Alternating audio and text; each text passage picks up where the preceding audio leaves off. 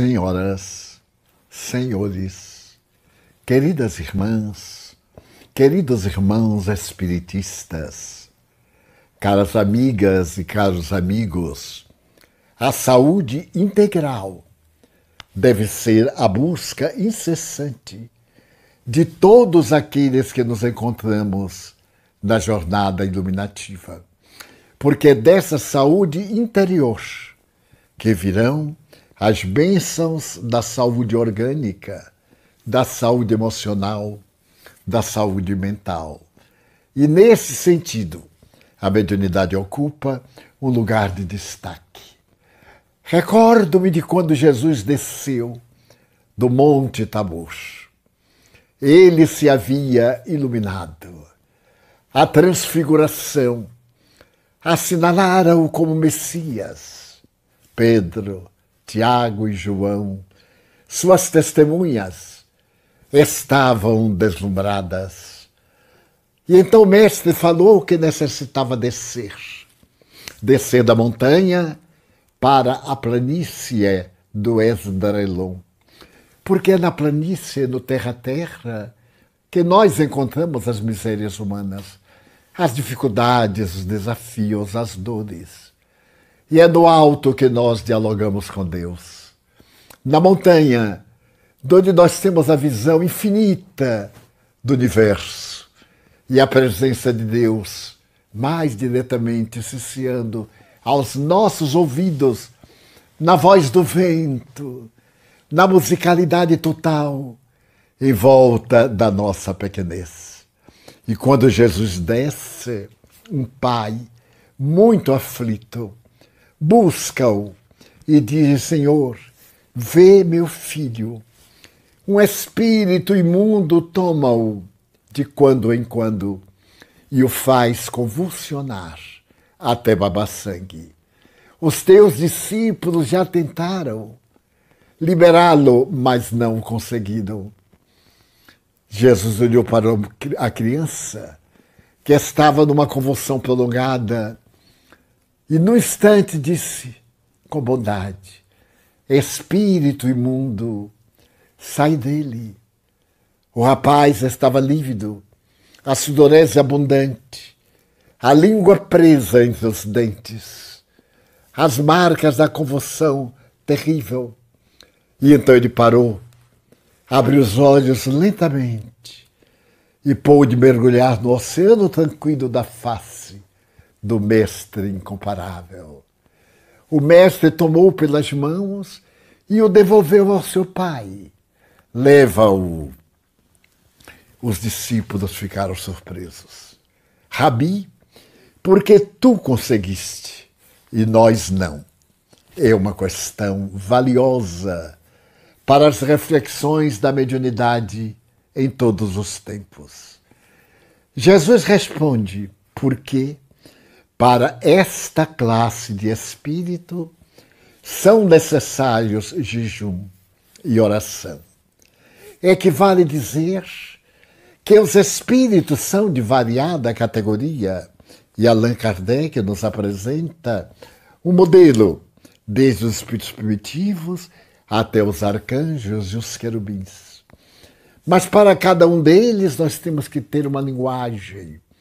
Para esses perturbados, que estão nas faixas terríveis da amargura, do ódio, da insensatez, precisamos ter uma linguagem própria. O jejum e a oração constituem essa linguagem admirável. Será, no entanto, o jejum estomacal, a oração labial? Não, com certeza. Porque o jejum do estômago emagrece, não dá dignidade. É o jejum moral, é a altivez de lutar contra as imperfeições, jejuar aos apetites carnais, àqueles que nos degradam, que nos consomem, que nos tornam profundamente felizes. Este é um jejum muito mais difícil, porque temos que combater um hábito que se nos esculpiu em a natureza através da repetição quase automática. E a oração. A oração pode ser algo mais do que as palavras que enunciamos. Orar é abrir a boca da alma e entrar em contato com Deus. Então a oração seria a ação do bem, a continuada vocação das palavras nobres, não se permitir a extravagância dos diálogos infelizes, não se deixar dominar pelas palavras carregadas de vibrações deletérias e portadoras do significado hostil para a beleza da vida. Jesus, sim, ele jejuava a esses valores que nós atribuímos significado, porque era o excelente Filho de Deus. E orava, porque a sua vida é uma oração de feitos. Como diz Amélia Rodrigues Espírito, um evangelho de misericórdia. Então, os discípulos ficam estremunhados. E nós notamos que a faculdade mediúnica, que é inerente às criaturas humanas, em Jesus também, sendo que ele era o excelente médium de Deus, exige uma série de condições para que o seu exercício seja lavrado na dignidade do bem. Atraímos-nos uns aos outros, e na lei de física, os semelhantes se atraem e os diferentes se repelem. Água e óleo, quantas tentativas se ha feito para que depois de mescladas demoradamente, as moléculas de uma e de outra separam-se e voltam a unir-se conforme a sua constituição nuclear. Então a mediunidade tem também as suas diretrizes morais, e foi Allan Kardec quem as estabeleceu em O Livro dos Médiuns, que no mês de janeiro passado completou 160 anos de publicado em Paris. Todos nós somos portadores dela, mas nem todos procuramos adquirir as condições essenciais para que ela se manifeste na altura que deve, para que ela possa ser instrumento de Jesus na prática do amor na terra. O Mestre, para demonstrar a excelência da sua origem, curava corpos. A sua preocupação maior era curar almas. Eu não venho trazer remendos novos para panos velhos e rasgados, nem colocar o vinho bom em vasilhames sujos, porque a vinagra e o rombo será maior. Ele foi muito claro ao nos ensinar o comportamento saudável que deve vigiar em nossa existência, principalmente a nós que tivemos a oportunidade de encontrar as luzes clarificadoras do Espiritismo em nosso caminho. Sendo a mediunidade uma faculdade orgânica, ela manifesta-se quando a oportunidade se depara e produz invariavelmente distúrbios, porque se trata de um fenômeno de natureza física, o que leva à produção de efeitos físicos e de efeitos intelectuais. Aqueles intelectuais, as comunicações da psicofonia, a palavra, da psicografia, a escrita, do desenho, dos transportes, das multiplicações da visão dupla, como sendo fenômenos de natureza netamente material. No Brasil, nós tivemos a glória de conhecer, na tradição, a médium Ana Prado de Belém do Pará. A sua peregrina faculdade de materialização conseguia fazer que os espíritos voltassem a ter o corpo físico brilhante, como o Espírito João, que se dizia ser-lhe o guia espiritual. E sentada numa cadeira de vime, as fotografias apresentavam através dos seus vestidos o vime delicado que servia de suporte para o corpo.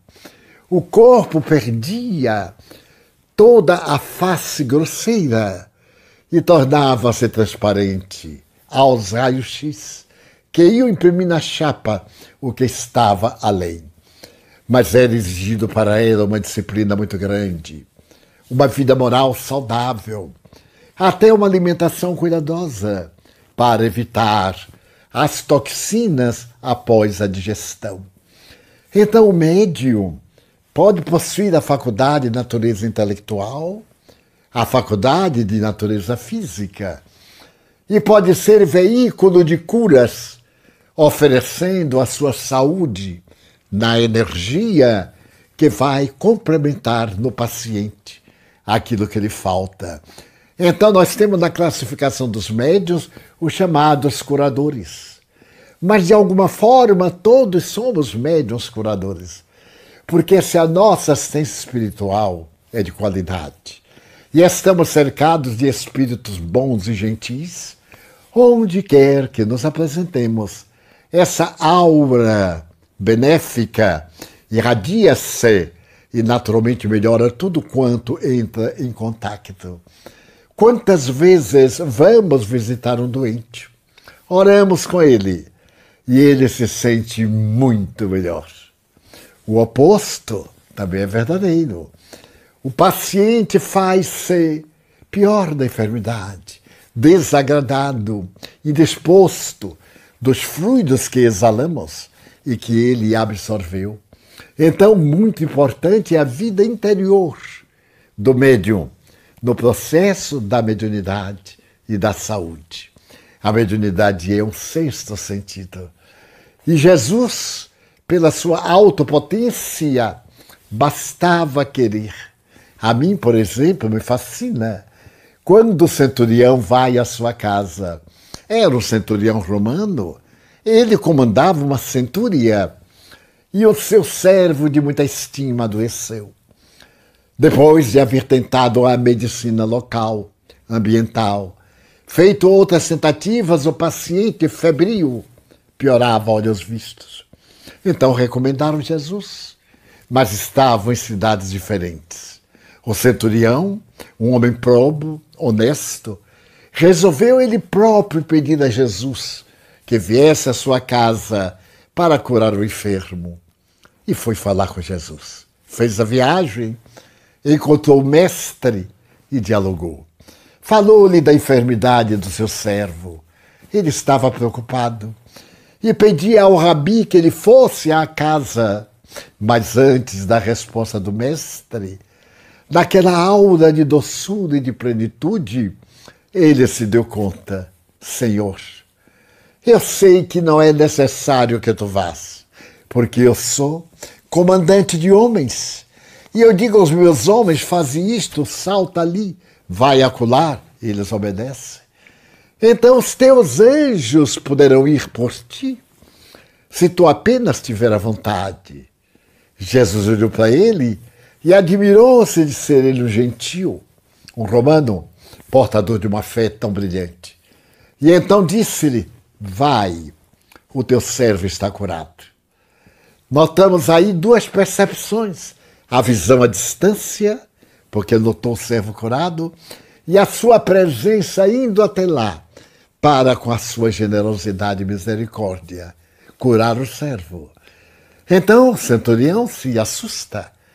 Claro que ele teve a ideia, mas entre pensar e sentir, agir, é uma diferença muito grande. E ele volta para casa. Quando ele está chegando perto de casa, um co-servo vem gritando: Senhor, não precisa mais, ele está curado, ele já está bem. E o Senhor fica impressionado, vivamente impressionado. E faz talvez a primeira investigação parapsicológica. A que horas ele se curou? Para comparar, se foi a mesma hora de Jesus, se não foi uma coincidência, um fato fortuito.